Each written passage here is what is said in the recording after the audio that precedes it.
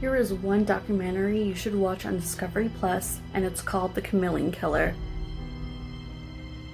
So in 1985 in Allenstown, New Hampshire, there was a barrel discovered in the woods that contained 2 decomposed females. It turned out that it was this adult woman and this girl right here. A detective working on the case returned to the scene of the woods where the first barrel was found just to gather clues, and he happens to find a second barrel on site that contained the 2 corpses, these girls right here. And it turns out that these 2 little girls were related to this woman because that was her mother, but this girl was not related at all to any of the females. This guy is arrested for the murder of his wife in California in 2002, but he's related to the cases in New Hampshire. This is part 2 on the Chameleon Killer case that was featured as a documentary on Discovery Plus. Watch part 1 of my case summary here, where me in the pink lipstick. Larry Vanner is arrested for the murder of his wife Lee June in 2002 in California. A detective working on the murder case of his wife wanted to find out more on his background, and apparently Larry Vanner wasn't his name. He had given numerous aliases throughout the years, and she discovers that he abandoned a little girl in 1986 in California. A DNA test is made, and it's discovered that he's not the father of this girl that he supposedly raised and abandoned. Let's rewind back to 1981 in Manchester, New Hampshire, when this young mother, Denise Bowden, and her 6-month-old daughter go missing along with her boyfriend, Bob Evans. Part 3 next. So in early 2017, there's a press conference made from New Hampshire authorities stating that Denise Bowden is connected to the Bearbrook murders. And at this point, I'm thinking, oh my god, is she the adult female found in the barrel? So it turns out Denise Bowden is not the adult female found dead in that barrel, but the boyfriend that she left town with all those years ago, Bob Evans, happened to be this guy. Remember when I said that Denise went missing along with her 6-month-old daughter? Well, that girl turned out to be alive the whole time, and she was the girl that was found abandoned in California in 1986. Thankfully, she was not one of the victims of this guy, this perpetrator. In a stunning twist, authorities find out that the father of this girl found in one of the barrels is Bob Evans. Because this man, Bob Evans, is the father of this child here, that's why they believe he killed all these females found in Allenstown, New Hampshire, who were found decomposed in those barrels. And also this is why they suspect that he killed Denise Bowden sometime around 1981 when she went missing. The body of Denise Bowden still hasn't been found, but at least her daughter has reunited with her family. That's the silver lining to this whole saga. Last year, the National Center of Missing and Exploited Children updated the composite of the girl related to Bob Evans to the sketch on the right, and she sure does look like the man right there. Genealogists working on the case are so close to finding out the identity of Bob Evans' daughter that they know that her relatives come from Mississippi. This is the disappearance of Kristen Smart. Kristen Smart was attending California Polytechnic State University in 1996, and at this time she was a freshman as an architecture major. But on Memorial Day weekend, March 25th, 1996, she disappeared after attending a dorm party in the college area. The last known person to have been spotted with her was a fellow student named Paul Flores. I've known this case since the 90s when it was first profiled on Unsolved Mysteries, and I always wondered what happened to Kristen Smart. In 2019, I started listening to this podcast, Your Own Backyard, which is about her disappearance, and I learned a whole lot. It's so interesting. More on part 2. Part 2 on the disappearance of Kristen Smart. The host of this podcast, Chris Lambert, he has no podcasting experience. He's not even a journalist, reporter. He just wanted to find out more about the case, so he started interviewing people who attended the dorm party, her friends from college, family, even people from Paul Flores' past. Like, there are a lot of creepy stories of women encountering him at work and stuff. And so finally, this past April, Paul Flores was arrested on charges of murder, and his dad, Ruben, was arrested, I think, as an accessory of murder. And it was just so crazy that this finally happened. This all happened thanks to the podcast, because it just brought out a new discussion on the case. Law enforcement went back and checked on things. Kristen still hasn't been found, but hopefully the family gets justice soon. This is the mysterious disappearance of Jennifer Kesse. On January 24th of 2006, Jennifer Kesse failed to report to work that morning. She was known to be a punctual and responsible young adult, so her place of employment called her parents and said she was absent, and right away her parents drove from Bradenton to Orlando, which was 2 hours away, to find out where their daughter was, along with her brother Logan, who lived in the Orlando area. Jennifer was living alone at the time in a new condo called the Mosaic in Millenia. Despite her living there for only 2 months, the condo was still under construction because there were some units that still weren't complete. So there were construction workers there all the time, and Jennifer stated to family and friends she felt creeped out by them. Her brother Logan arrives first, and he sees that her car is not there. She's not in her apartment. He tries to question these construction workers, but they say nothing. They know nothing. Jennifer was known to drive a 2004 Chevy Malibu, and this is the exact car that she drove around that time. 2 days after she's reported missing, and her family has already begun the missing person campaign, a resident 2 miles away from the Mosaic says that she spots Jennifer's car. Jen's car was dumped 2 miles away from her apartment in an apartment called the Huntington on the Green, which is a shadier part of town from what people say, and it's not a place that she frequented. Law enforcement finds a surveillance camera in that apartment, and they see that her car is dumped there, and the person of interest walks past this gate and is never identified, and to this day he remains a person of interest, and it's the creepiest part of this whole case. The last known person to speak to Jennifer was on Monday night of January 23rd, which was her boyfriend. They had a long distance relationship. She lived in Orlando, he lived in Fort Lauderdale, which is like 3 hours away.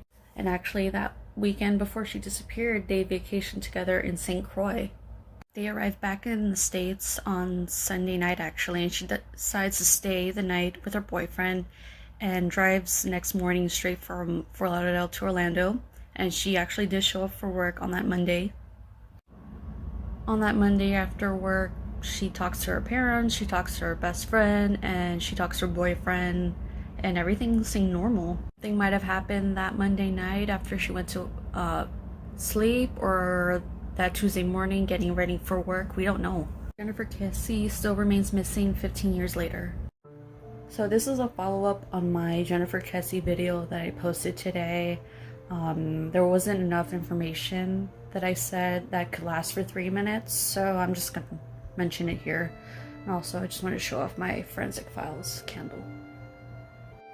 So Jennifer was a graduate of UCF, which is University of Central Florida, but she grew up in Tampa. At the time of her disappearance, she was working as a finance manager in a timeshare company in Orlando. That weekend, while she was vacationing with her boyfriend Rob in St. Croix, her brother Logan was actually staying over at her apartment with a few of his friends, and one of the friends left his cell phone at the time, and it's speculated that Jennifer might have left her home that Monday night to like FedEx the cell phone. I don't believe that didn't happen, and it's outside of her character to do that, but that's just something that people speculate that might have happened. Also, when I first heard about this case like 5 years ago. It was, rumored that she had a coworker who had a crush on her and was trying to ask her out, and she turned him down. And people think, oh, maybe this guy might have been involved in her disappearance. I don't know. There are 2 podcasts you should listen to that are mainly about this case. The first one is Unconcluded. You can find it in Spotify, iTunes, Stitcher, and this one came out in 2017 and I was immediately hooked on it, so go give it a listen. And the second podcast is House of Broken Dreams. This one came out in late 2020 and I seriously binged this because there was like information in this show that I hadn't heard about, and it kept me up all night. So yeah, definitely check it out because I loved it. Despite this being a big Florida case, I actually hadn't heard of it until, like I said, in 2016. I think I found out on Reddit one day, and I was just like so surprised to learn like this case existed, because I didn't know Jennifer existed or disappeared in the first place, even though I'm from South Florida. And Orlando is much more north, but it still shocked me that I didn't know this case that well. The Kesse family sued the Orlando Police Department for release of the records, and ultimately they won. The OPD turned in 16,000 pages of the case file. And you will hear more about, these files in that House of Broken Dreams podcast. This is a case of Hae-Min Lee. We'll probably talk about this case in multiple parts because it's just really interesting and not enough for 60 seconds. On January 13th of 1999, Hae-Min Lee was a student of Woodlawn Senior High School in Baltimore, Maryland, and after school, she just disappeared.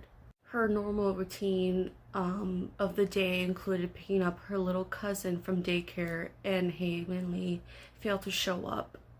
It didn't take long for her family to realize something is wrong because she still hasn't shown up, so they called her friends, tried to find out what might have happened. In addition, she failed to show up at her work shift at Lens Crafters that same day. Hae was 18 years old, a senior at Woodlawn. She was popular, high achieving, and athletic, and it was just out of character for her to disappear. So while Hae-Min Lee is missing, Baltimore City detectives talked to her friends and family, known associates, even her boyfriend that she had for 2 weeks, this man by the name of Don. They worked at the same Lens Crafter store. The next 2 days of school are closed because it's a snow day, so that Thursday and Friday the kids don't go to school, and she was even supposed to attend a birthday party of one of her closest friends, Krista, but she never shows up. One of the friends that detectives start talking to is Adnan, who's a fellow student of Woodlawn. He's a senior as well, like her, and they're friends, but they were also on again and off again couple that year, and they kept it pretty secret because he's Muslim, and you know how it is. On February 9th of 1999, basically 2 weeks after Hae disappeared, a passerby on the road decides to take a piss in Lincoln Park, and he stumbles upon the body of Hae-Min Lee. Hae was found buried in a depression by a fallen tree log, and this site was 127 feet from a road, so it was pretty hidden, but she was discovered. The autopsy showed that she was manually strangled, so this meant she was murdered. In the meantime, detectives were talking to a friend of Adnan's named Jay, and on January 13th, he had borrowed Adnan's car and cell phone while he was at school and doing sports, but somehow Jay confessed that he and Adnan were involved with the murder. So this is Jay, and he tells detectives that on January 13th after school, he and Adnan meet up at a nearby Best Buy, and when they open the trunk of Adnan's car, he sees the body of Hae-Min Lee. Allegedly, later that night, they bury the body at Lincoln Park. Adnan is arrested on February 28th of 99. Jay becomes a star witness of the trial. First trial ends in a mistrial. And then on the second trial, Adnan is unfortunately convicted life in prison for murder. In 2014, the podcast serial comes out about the case of Hae-min Lee. The podcast questions, could Adnan have really done this to a beloved friend? During this time, I get obsessed and I get involved with the online community and talk about this case all the time. I just learned through the podcast that Adnan Syed potentially had a witness on the day of January 13th after school. Asia McLean, she was a fellow student of Woodlawn, and she says that she saw him in the library in the afternoon around the time that the prosecution alleges he murdered Haley. By the way, Jay never served a day in prison in relation to his connection to the case. He got a sweet deal. Through the podcast and online discussions, learned that there were killers in the Baltimore area around the time that Haley was murdered. There was a man, Ronald Lee Moore, who killed an Asian woman in her apartment in December of 99. And then there was Roy Davis, who killed Jada Lambert. She was a student of Woodlawn in 1998. So there's all this speculation that maybe these guys were involved. Listen to Serial, Undisclosed, Truth and Justice, the HBO documentary, and read this book for more. There are some morbid and mysterious documentaries you should watch. I'm gonna start out with The Bridge. I saw this back in the day in 2008 on YouTube. I know currently it's not on YouTube. Last time I checked, it was on Sundance Now. This is about the Golden Gate Bridge in San Francisco where people commit suicide. It just chronicles stories of people who died and actually attempted it and survived. It's just an interesting look at how people want to end their lives. There's Something Wrong with Aunt Anne is on HBO. 2009, this woman was intoxicated and she was driving on a New York highway, completely wasted, and she crashed into an oncoming vehicle that killed 3 adults in that one, and her nieces in her car, including herself. It's just an interesting look at grief and family denial. Yes, Dear Zachary's on every list, but I see this every few years. An educated and smart man meets a strange woman. Bad stuff happens.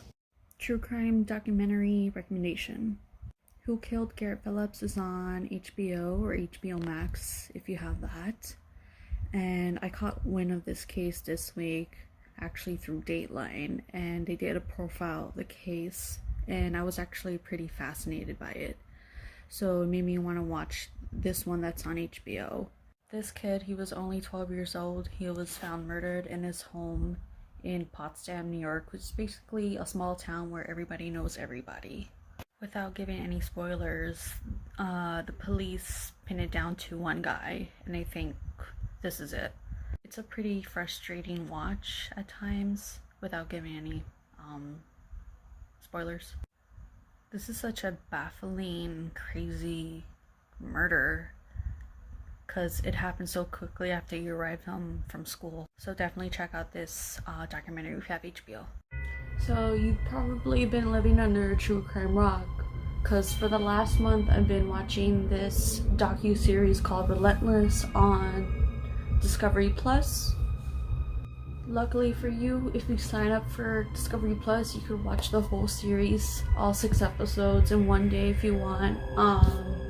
I started this a month ago. The first 3 were available on the app, and then every Monday a new episode will premiere, so yeah. So Relentless is about the real life disappearance of this woman. Her name was Christina Whitaker. One day in November of 2009, she left her house. She told her family she was going to go to the bar and come back, but she never did. She disappeared. And so she's been missing now for 12 years. This case takes place in Hannibal, Missouri. You've probably never heard of it. I didn't either. It reminds me of like in Making a Murderer, Manitowoc County, you know, the whole case with Stephen Avery.